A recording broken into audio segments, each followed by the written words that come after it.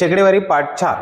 शेकडेवारीवर परीक्षेत हमखास विचारले जाणारे प्रश्न आणि सोडवूयात ते अत्यंत सोप्या पद्धतीने. पहिला प्रश्न आहे, टेबलची किंमत 20% वाढली, काही दिवसांनी पुन्हा 20% कमी झाली, तर शेवटची किंमत मूळ किमतीपेक्षा कमी होईल का जास्त आणि किती टक्क्यांनी? सुरुवातीला 20% वाढलेली आहे, 20% ही वाढ आहे, नंतर 20% कमी झालेली आहे, त्यानंतर 20% कमी झालेली आहे. सुरुवातीला आपण ही किंमत 100 होती असं मानू.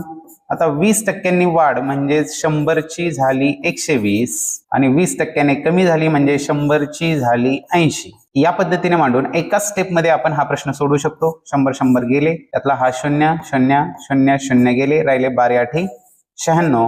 म्हणजेच आधीची किंमत जी होती ती 100 होती, ती आता 96 झाली आहे, म्हणजेच ती 4% कमी झालेली आहे. दुसरा प्रश्न पाहण्यापूर्वी चॅनलला सबस्क्राईब करा, कारण आपल्या चॅनलवर शेकडेवारी, नफा तोटा यासारख्या विविध घटकांच्या अत्यंत सोप्या पद्धतीने सोडवलेल्या व्हिडिओज उपलब्ध आहेत. शेकडेवारी या घटकावरची डिटेलमध्ये व्हिडिओ पाहण्यासाठी स्क्रीनवर सगळ्यात खाली रिलेटेड व्हिडिओमध्ये पर्सेंटेज लिहिलेला आहे, त्या ठिकाणी क्लिक करा आणि ती पूर्ण व्हिडिओ पहा. शेवटचा प्रश्न तुमच्यासाठी, रेल्वेच्या तिकिटाचे दर 20% वाढले, 6 महिन्यानंतर पुन्हा तिकिटाच्या दरात 10% वाढ झाली, तर मूळ दरात किती टक्के वाढ झाली? हा प्रश्न सोडवायचा आहे. उत्तर कमेंट बॉक्समध्ये लिहायचं आहे. व्हिडिओ आवडली असेल तर लाईक करा.